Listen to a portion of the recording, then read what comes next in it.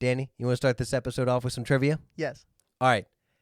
Out of the two of us, who here got a haircut today, is wearing a white Followers by Design shirt, khaki shorts, and is currently filming a podcast? Woo! That's right. Both of us. We didn't even tell each other that. We're twinning. We are twinning. That's Twinning. amazing. Yes. You know what's also amazing? The intro music. Yes.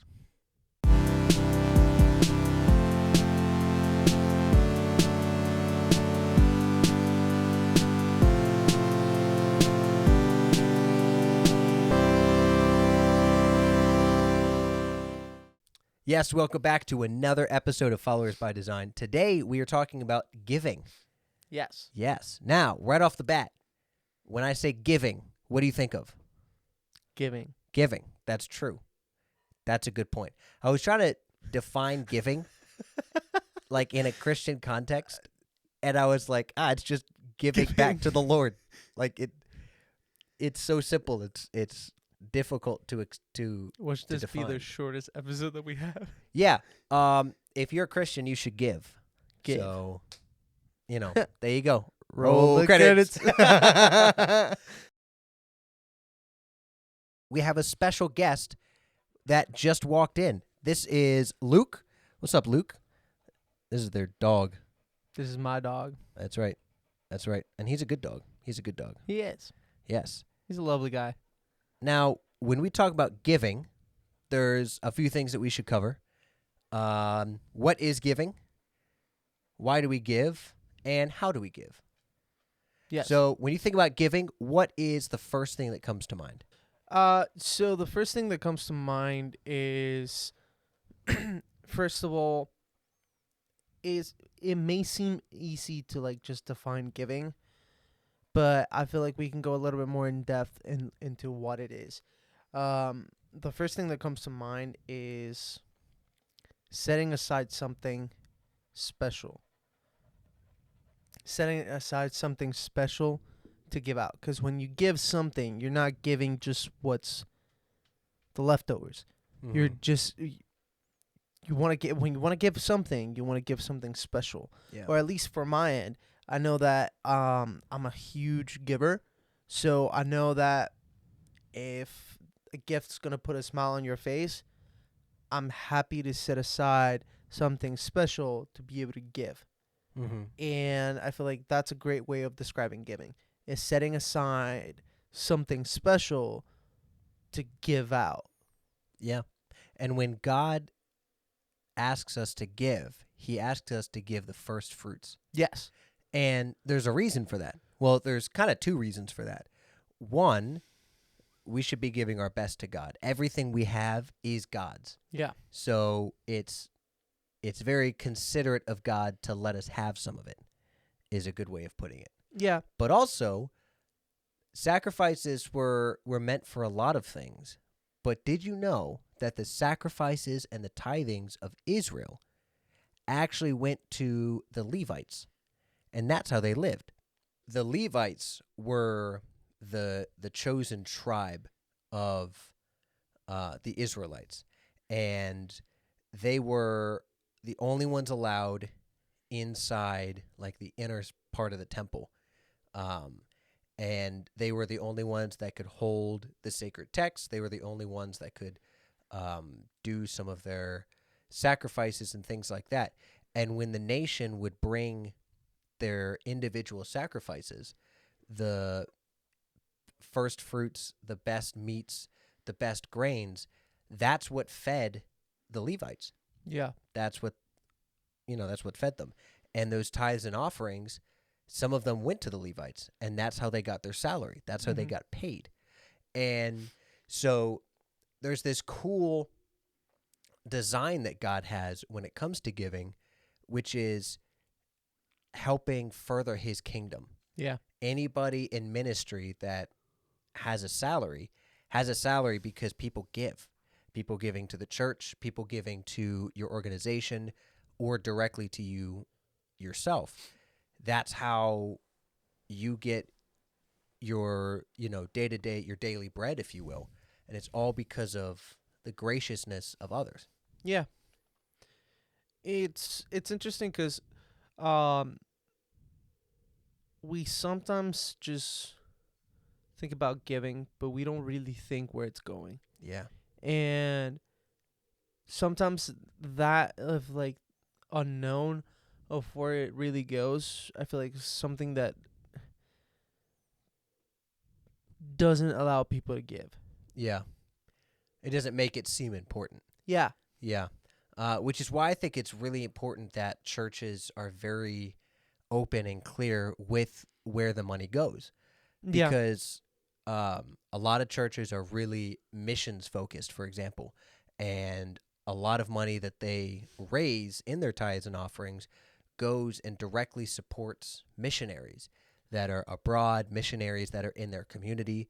It'll go to organizations that do really cool things on top of things like paying the rent for the building, for example, or keeping the lights on and things like that. So everything has a purpose, and all it really is moving God's funds from one person's bank account to another. Yeah. If you think about it not as individuals, but as God's kingdom, and we're just kind of rearranging the funds to where it needs to go, it makes it a lot easier to give because we're not holding on to every last thing we have. We know, oh, you need some? Here you go. And also I feel like once you start getting into the area of giving with intentionality and giving with passion, you start seeing God's hand work. Yeah. And I've experienced that from my own perspective. But it brings me back to the story. Let me see if I'm remembering correctly. Was it a widow that poured out the expensive perfume on Jesus' head?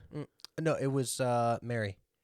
That act of pouring out an expensive perfume on Jesus' head, that is giving with passion. That is giving with passion. Mm-hmm. And that goes a long way. And I've once you start giving with passion, your heart's there's something in your heart that changes. I don't know if you've experienced this, but there's something that in you that changes, and your perspective shifts, Mm-hmm. and you start seeing God's hand at work on everything that you do. When you know where your money's going or where your time's going or where your supplies are going, for example, and you can see God's work being done, then I think your heart is it's more easily changed because you see the benefits of your givings. If you give to a missionary and they come back and they tell the stories of all the things that God has done, you know that the $200 that you gave to that person has been multiplied infinitely because it furthered God's kingdom, right? And so that's really what giving is. Giving is just giving. It's hard to define it without using the word, but it's setting aside, like you said, a portion of what you got and returning it back to God. Yeah. So when you give to the church, for example, you're giving back to God, and God's giving that money to the church. Or if you donate clothes or whatever, you're giving that to God, and God is spreading that out amongst his people. That's the simple definition of giving. And I want to go back to the Bible. Like, there's countless stories of people just giving and showing that disponibility. What's the word that I'm looking for? They show that disposition to like actually give, and you see how God rewards that. Yeah. And it's hard to like explain it without just saying like No, it is what it is. Yeah. Yeah. Now, it's very interesting, this idea of money or riches, Mm-hmm. especially when you think about it in the biblical standpoint. There are a lot of verses that say don't don't yearn for the money, don't yearn for the riches, things that will get destroyed. Um, One of my favorite songs is "Gone" by Switchfoot, and one of the lines is, um, "The riches of kings end up in wills," or something like that, and it makes you think like, yeah, we're here now, and we have money, cool house, whatever it is, but in 100 years we'll be gone, Yeah. and none of that will matter. So being able to separate yourself from that and be gracious with what God has given you, but then be also gracious in your giving. And I'll give you an interesting example, because some people have a negative connotation of money. Like, oh, if you're rich, that means you're evil. Or if you have too much money, then you're just not sharing it with people, and that makes you a bad person. If you look at the story of, give me 2 seconds. I always forget if it's Nehemiah or Jeremiah. I want to say it's. It is Nehemiah. Okay. If you look at the story of Nehemiah, Yeah. he was the cupbearer for the king, and that was a very important job. And you weren't allowed to be sad or angry or mad or any of those negative emotions in front of the king. And Nehemiah knew what was happening to his homeland of Israel. No, he saw how it was demolished and it was overrun by other countries and other nations, and he was sad in the presence of the king. And the king was like, "What's up? I know something's wrong." And Yeah. Nehemiah knew that God was calling him to go back and to rebuild the kingdom.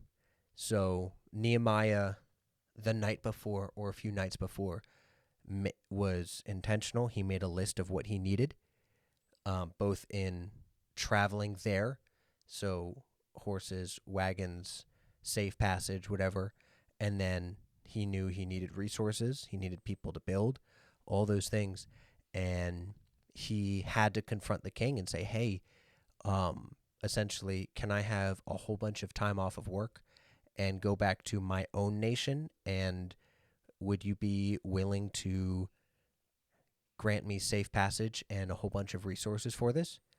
And the king accepted the request. Mm. And it was out of the king's generosity and his abundance of resources that Israel was rebuilt.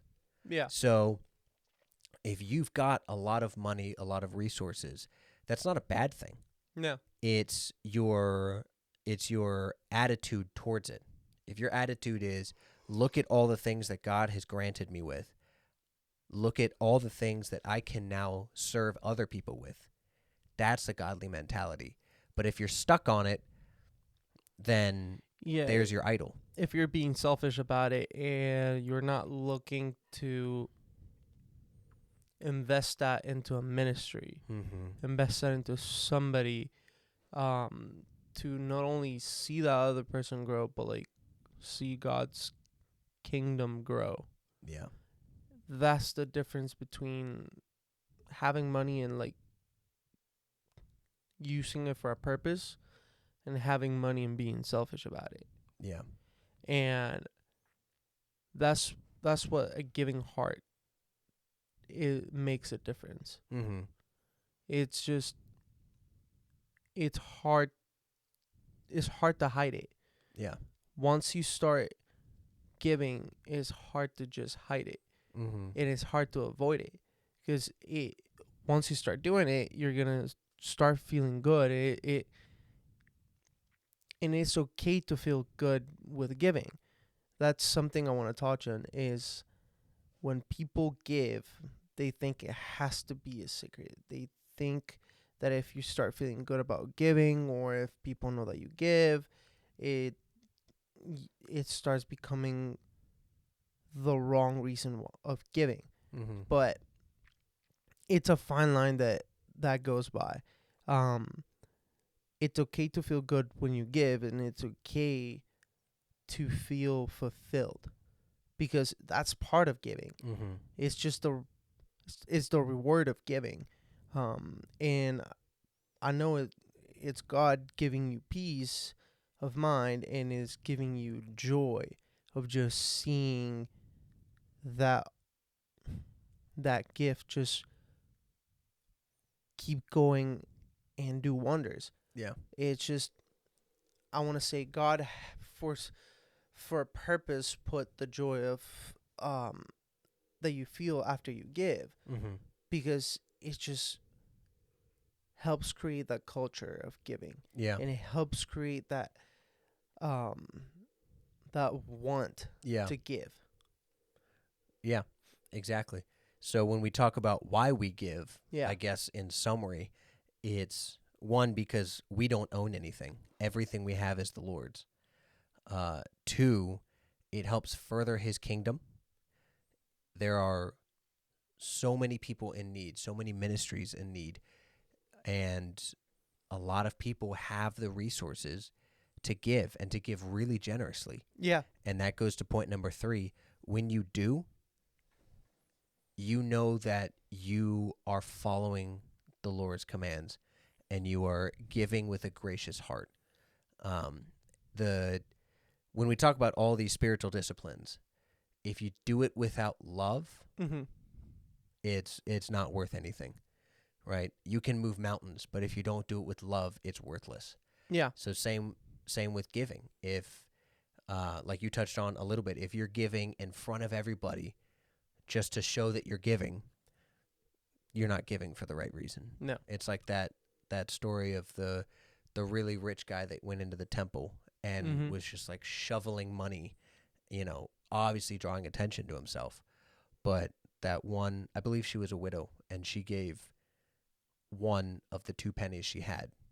She gave so much more. Yeah. Not only because she gave 50% of what she had, but she gave without holding back, Mm-hmm. trusting that the Lord would, one, use that for his glory, and two,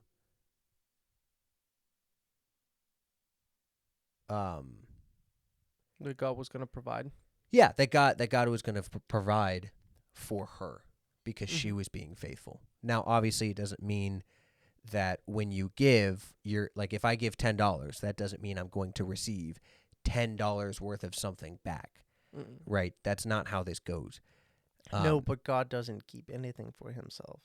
He's given us everything. Mm-hmm. So when you're giving, you're going to receive something back, but it's probably not going to be the same exact thing that you gave. It's going to be No. something even greater. Sometimes it is. Sometimes it is. I have this memory, and I keep bringing it up every chance I get. I haven't told you this before, but I was little. This was 2010, so I was like 9 years old, and I went to visit my family in Boston, and one of my uncles gave me $10 to go spend on whatever I wanted. But then it got to Sunday. He gave me that on Saturday, and it got to Sunday, and I wanted to give that back as an offering to God. And my grandma was right next to me, and she was like, "You're gonna give it all? Like, you're gonna give the $10 back? The $10? You just got that. Like, give a little bit, save the other one, save the rest, and go get you something. Enjoy it as well." I was like, "Nope, I'm gonna give it. I know God is gonna provide. I know God is gonna multiply this giving." And I still remember it, because as soon as we got out of church, we went to see my family, and somebody gave me $20, Mm. and it just brings me back to that, because my grandma was like, "Huh, he's right." Like, that faith in that disposition to give Mm-hmm. without holding back, Mm-hmm. that's what opens the doors of heaven. Yeah. And that's when the blessings start flowing. Mm-hmm. And you weren't expecting to No. get that back. No. Yeah, that's a really, really cool thing. Mm-hmm. That's awesome. Because it's not, oh, I'm going to give to get rich. No. Yeah, yeah. That is not how that works. That is No. is not how it works. But when you give for the right reasons, God Mhm. is not going to keep anything for himself. He's going to want to bless us immensely. Yeah, yeah. And if any church says, "Oh, if you just give us more money, then God will give you a great life," and no, that's not how that works. No. No, no. Money does not equal happiness. No. Money does and not equal joy. giving has to come from your heart. Yeah. It can't be somebody telling you, "Oh, no, give more, Mm-hmm. and then you're going to be more blessed." Yeah. No. Because God doesn't need your money. No. No. He wants to know that you care enough about Him and His people and His kingdom that you're willing to give some of what you have. And I want to touch on this as well. Giving is not just about money. Yeah. What else can you give, Danny?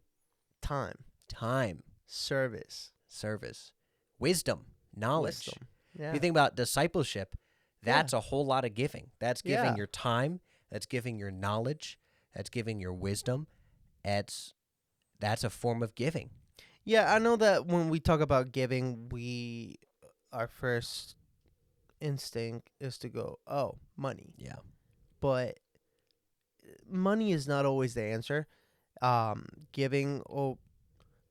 Giving your time, serving a church, serving for a purpose to fulfill God's work, that's a great way of giving. Mm-hmm. And when you sacrifice yourself to give and to serve, I can guarantee you God is going to bless you in so many ways. Mm-hmm. Mm-hmm. Now, let's touch on this last point of how do you serve. A very simple way is to take a look at how much money you make and to give a portion of that back. Mm-hmm. Now, in the Old Testament, it was tithing because it was a tenth of what you earned, Yes. a tenth of what you farmed, a tenth of what you, the animals that you killed, whatever it is, a tenth of that goes back to God, right? Mm-hmm. But, I mean, a tenth is a pretty good number, right? Yeah. But it is really up to you and God. If God is calling you to give more, then give more. If God's calling you to give 8% of what you earn, give 8%. But make sure, again, that what you do give is with that attitude. Yeah. Mm-hmm. And tithe is really important because that's something that we have to do. That's Yeah. something that God calls us to do. Mm-hmm. And I know that's a form of giving, but also I want to touch a little bit more on the side of giving past the tithe. Mm-hmm. So yes, tithing is important, but like, It's a good baseline. yes, Yeah. but I want to touch on the aspect of like giving above that line, Yeah. because then your heart starts to play in the equation, Mm-hmm. because it's something that's born out of your heart, and like it's not, because tithing is something that we have to do.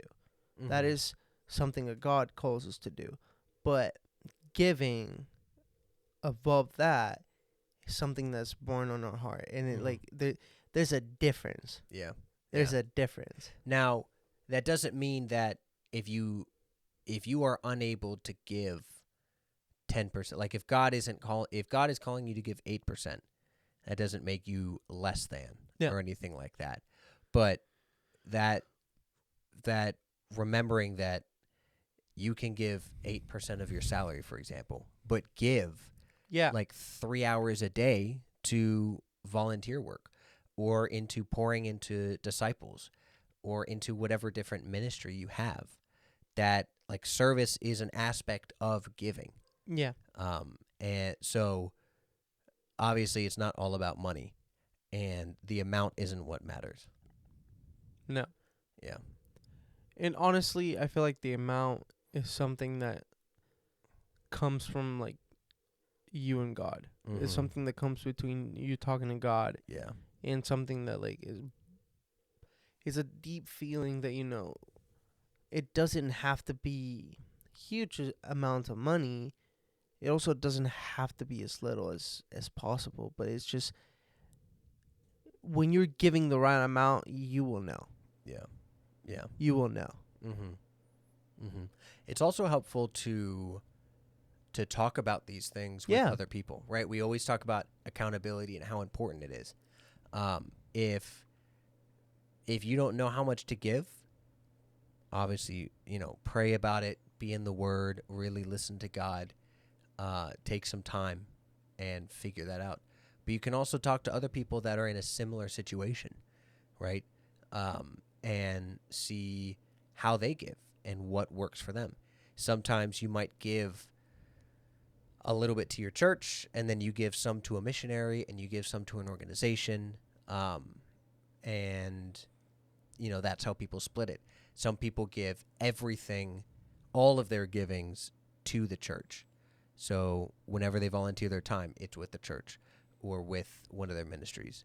I think it's really important to have a baseline giving to your home church and to your community, and then on top of that, giving to missionaries over the world or to organizations, because your community is, if everybody gives to their own community and then other people on top, then we kind of have that good coverage globally, right? But if you're neglecting your own church, then I think that goes to show what's most important to you. Totally. It's it's hard not to like say just you can give whenever or wherever, but like that aspect of like giving back to your community and giving back to your church, that's a huge point. Yeah. Because my parents have told me this all the time. You gotta first look inside and then think of looking outside. Yeah. What they meant is serve in your house first, give in your house first. Once your house is good, give to your church, give it to your community. Once your community is good, give outside your community. You can't start giving outside of your community if your house is not good. You cannot give at your church if your house is not good. Yeah. But you also can't give to the world if your church is not good. Yeah. Yeah. Like there's steps to it. And it starts with, as we said, your own heart. Yeah. Right? You can give to every single person in the world, but if you're not doing it with love, then it doesn't matter. It's pointless. Hey, we're going through Isaiah in our Bible study.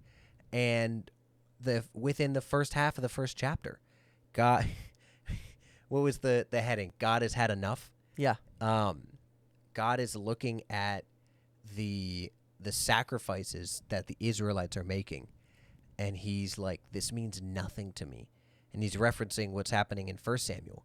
Yeah. When the king comes back, and he's like, I think it's Samuel comes back, and God tells him to do something, and God tells him to wipe out a nation, and he doesn't wipe out the entire nation, but he grabs all of their livestock and sacrifices them, and he's like, look at me, look at the sacrifices I make. Yeah. God's like, you didn't do what I asked you to do, right? And then the Israelites in Isaiah at that time is the same thing. Like, your sacrifices mean nothing to me because you have nothing in your heart backing it up. Yeah. Right?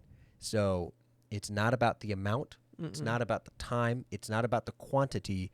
It's about the quality of your heart. That's what matters. Yeah, absolutely. Quality over quantity is, again, it doesn't have to be a lot. It doesn't have to be, I'm giving all my money. Because you also have to be wise when it comes to giving. Yeah. It's not just, I'm just gonna get everything, and that way it's gonna look like I have a huge faith, Yeah. and then God is gonna provide. Yeah. There is a truth to it, yes, but God is also, He also wants us to be good stewards, of what He gives us. Yeah. So And, I mean, the worker is worthy of his wages, right? Yeah. Like, it's not a bad thing to earn the money that you get and to enjoy it. yeah, Right? absolutely. But like you said, being good stewards, that's what God calls us to do. Giving, you have to be wise to be able Yeah. to give. Yeah. Yeah. And there's also a whole lot, especially Proverbs. I've seen it a lot in Proverbs, where we're told to really be smart with our money, right? You look at the Proverbs that talk about those who invest their money and make smart choices with their money, versus those that just let their money sit, or those that do nothing with their money. Because if you think about, I'm not saying like go into day trading and go crazy, but if you're being really, really smart with your money and you're able to keep some of the money that you have and have a good savings account and all of those things, how much more can you serve God with that? Yeah. Right. And that's tricky because, like, if you're in debt and if you don't have a good amount of money or any time to serve or anything like that, that doesn't mean that you're less than or that you can't do that. It just means that if you have the ability to be smart with your money, do it, because that's what we're called to do, be good stewards. And if you haven't been smart with your money, there's always a date to start. Yeah. That day can be today. Yeah. So, I think this is how we can end this episode. Take a look at what you're giving, how you're giving, And the reason why you're and giving. the reason why you're giving. And if you've got a spouse, talk it over with your spouse and think about those three things. And I want to challenge you with rethinking, or maybe thinking about for the first time, what you're doing with your money, what you're doing with your time. What are you doing with the knowledge and the wisdom that God has given you? Think about it. Pray about it. Take some time and figure out how you can use those funds, how you can use your time, your knowledge, your wisdom to further God's kingdom. Knowing that, one, that's what He called you to do, and two, that's what you're made to do. Yeah. You're made to live for God and to serve Him and to worship Him. Yeah. Yeah. Absolutely. Sweet. Absolutely. That's our challenge for you. So I hope you enjoyed this episode, Yes. and we will see you at the next episode. Will do. Or if you're staying for the left corner, Woo. welcome to the left corner. Welcome. I'm so glad you're here. Fun fact. I've forgotten to do a fun fact again. Does that make it a fun fact if people already know it? Well, no, Okay. That means I have to actually think about a fun fact. because it's not a fun fact anymore. It's just a fun knowledge. Well, it's not even fun. It's just depressing because, Just knowledge. once again, I do not have. Yeah. Ooh, I've got something. So if you've heard the term pulling out all the stops, that comes from playing the organ. See, the organ has what's called stops, where air flows through the tubes, and that's how it makes the sound. But when they're built into buildings, right? So they are part of the building. And you might have like the choir section and the orchestra section and the back section, all like the organ is split into these sections. And if you want to play really quietly, you'll pull out one stop, right? Maybe you're just playing in the front, right? But if you want to be super loud, then you're pulling out all the stops. You're doing everything you can so that the organ can be really loud and full. So, if you ever have used that phrase, or if you've never used that phrase, now you know where it comes from. Interesting. Mhm. I didn't know that. Playing the organ is crazy because you're using your feet. Yeah. There's like 2 or 3 levels of keys using your feet. Also, the It- bagpipes, Bagpipes are cool. because you're also like squeezing, Yeah, similar to the You're accordion. blowing, and then you're playing like the flute Yeah. style. Yeah. It's not easy. No. The corner as well. Look at- It's just like you're like pulling, pushing, while pushing buttons and like Yeah. playing the small piano on the side. Mhm. No. It's insane. Yeah. Some instruments are insane. Some instruments are insane. Like that's why I stick to the cowbell. Facts. Yeah. I'll stick to the triangle. You do it, man. We'll make a great duet one time. Yes. Think, think, think, think. That's us. That's all I got. You That's got all anything I else? got. Nah. Hey, go watch another video. Toodles. Toodles.